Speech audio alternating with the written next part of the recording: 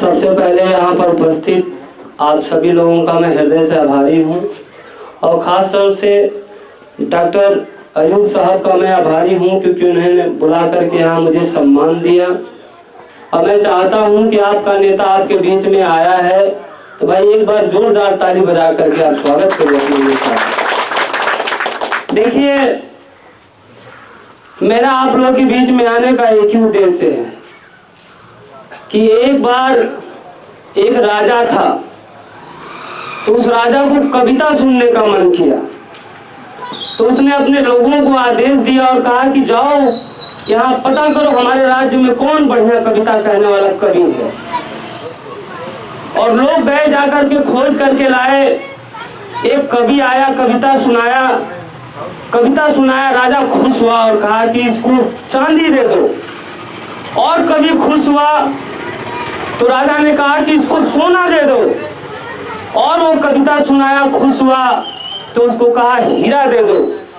उसके बाद वो कवि बेचारा बड़ा खुश हुआ और अपने घर गया और जाकर के अपनी पत्नी से कहा कि यार आज हम राजा के दरबार में गए और राजा को कविता सुनाया। राजा ने कहा इसको सोना दे दो, चांदी दे दो, हीरा दे दो। तो उसकी पत्नी ने कहा कि चलो तो बहुत अच्छी बात है, लेकिन ये सोना चांदी हीरा है कहाँ? तो उसने कहा कि यार उसने तो कहा दिया नहीं। तो दौड़ करके फिर राजा के पास गया और कहा कि राजा साहब आपने कहा कि इसको सोना दे दो, चांदी दे दो, हीरा दे दो और हमने अपना काम बखूबी किया, लेकिन आपने कुछ नहीं दिया हमको। तो राजा ने कहा कि अबे मूर्ख आदमी, इसमें लेने देने की बात कहाँ से आई? तुमने मेरे कान को खुश किया, हमने आपके कान को खुश किया।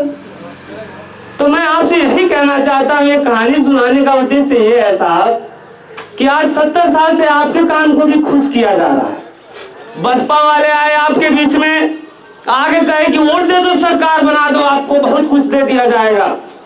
आपने उनकी भी सरकार बना दी, लेकिन नौकरी देने की बात आई तो उन्होंने अपने लोगों को भरा, आपको पूछा तक नहीं।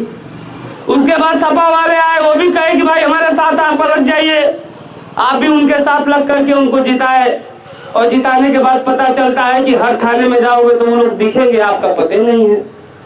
तो साहब आपके बीच में हम लोग का आने का उद्देश्य ये है कि आप लोग अपने बेटा को राजा बनाइए और 30 पार्टी के साथ खड़े होइए। अगर आपका बेटा राजा बनता है तो आप भी थाने में दिखोगे, दुनिया की कोई ताकत उसको रोक नहीं सकती है। बताना चाहते हैं। दूसरी एक चीज आप समझिए कि आज हम लोग के बदहाली का कारण क्या है? 3.5 लाख करोड़ रुपए का बजट है उत्तर प्रदेश का, और ये बजट किसके पास जाता है? जिस पार्टी की सरकार बनती है उसके जाति में जाता है। आप इस चीज को देख लो। और आज 70 साल से आप 75 साल से आप वोट दे रहे हो। अगर आप 75 साल से अपने बेटा को बनाए रहते तो 3.5 लाख करोड़ रुपया आपके घर में जाता और आप भी व्यवस्थित हो जाते, लेकिन आपने इस काम को नहीं किया। तो मैं आपसे यही कहना चाहता हूं कि आपके समाज की आबादी 25% है साहब, और हमारे निषाद समाज की आबादी 18% है। और अन्याय आप ही के साथ नहीं हो रहा है, हमारे साथ भी हो रहा है। हमारे समाज के लोग भी, निषाद समाज के लोग हिंदू बन के 10 साल से भाजपा को वोट दे रहे हैं, लेकिन अभी योगी जी की बिरादरी के लोगों ने गोरखपुर में हमारे समाज के लोगों को दौड़ा दौड़ा के गोली मारा, गाजीपुर में मारा, अभी इलाहाबाद में हमारे समाज की बेटी को बंदूक के नोक पर रख करके 4 लोगों ने उसकी आबरू को लूटा और मुकदमा तक नहीं लिखा गया साहब। तो मैं आपसे एक कहना चाहता हूं कि अन्याय आपके साथ भी हो रहा है, अन्याय हमारे समाज के साथ भी हो रहा है। और जो समाज के गुलाम है, जैसे आपके समाज में भी 35 विधायक हैं, लेकिन वो दूसरे पार्टी की गुलामी कर रहे हैं। उस पार्टी का जो मालिक है वो कहेगा धूप में खड़े रहो भर दिन, तो वो खड़े रहेंगे, उनकी हैसियत नहीं है कि वो इधर उधर हो जाए। वैसे ही हमारे समाज का भी नेता है जो जाके भाजपा की गुलामी कर रहा है। हमारे समाज के लोग आरक्षण के लिए लड़े, आंदोलन किए, जेल में गए, लेकिन भाजपा वाले अपना आरक्षण पास कर लिए 10%, लेकिन हमारे समाज को न्याय देने का काम नहीं कर रहे हैं। तो मैं आपसे ये कहना चाहता हूं कि आप लोग डॉक्टर साहब के साथ खड़े होइए, हम भी मजबूती से खड़ा होकर के, और 27 में मैं संकल्प लेकर के निकला हूं कि आप भी अपने समाज को संगठित करिए और पूरा निषाद समाज वोट देकर के इनको 27 में विधायक बनाने का काम करिए। बताना चाहता हूं। दूसरी एक चीज, मैं कहीं भी जाता हूं तो आपको ये कहता हूं कि मुसलमान समाज का आभारी है निषाद समाज। इसलिए है कि हमारे समाज की बेटी फूलन देवी, उसको नंगा करके घुमाया गया, 21 दिन उसकी आबरू को लूटा गया। और लूटने वाले यही लोग हैं जो बड़का हिंदू बनते हैं। किसी ने उसकी मदद नहीं की। मदद करने का किसी ने काम किया तो मुसलमान समाज के बाबा मुस्तकीम ने मदद करने का काम किया है साहब। तो मैं आपसे कहना चाहता हूं कि आप इस लड़ाई को लड़ो, पीस पार्टी के साथ खड़े रहिए, आप डरिए मत जेल जाने से।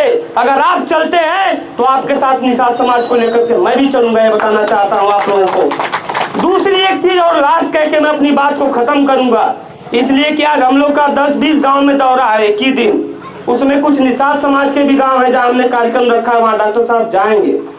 मैं आपसे ये कहना चाहता हूं कि इस क्षेत्र में मैं आकर के इस क्षेत्र में हम लोगों ने अपनी बिरादरी में, मैं निषादों में खास तौर से गया तो लोगों ने एक बात कहा कि डॉक्टर अयूब से ईमानदार नेता कोई नहीं हो सकता है।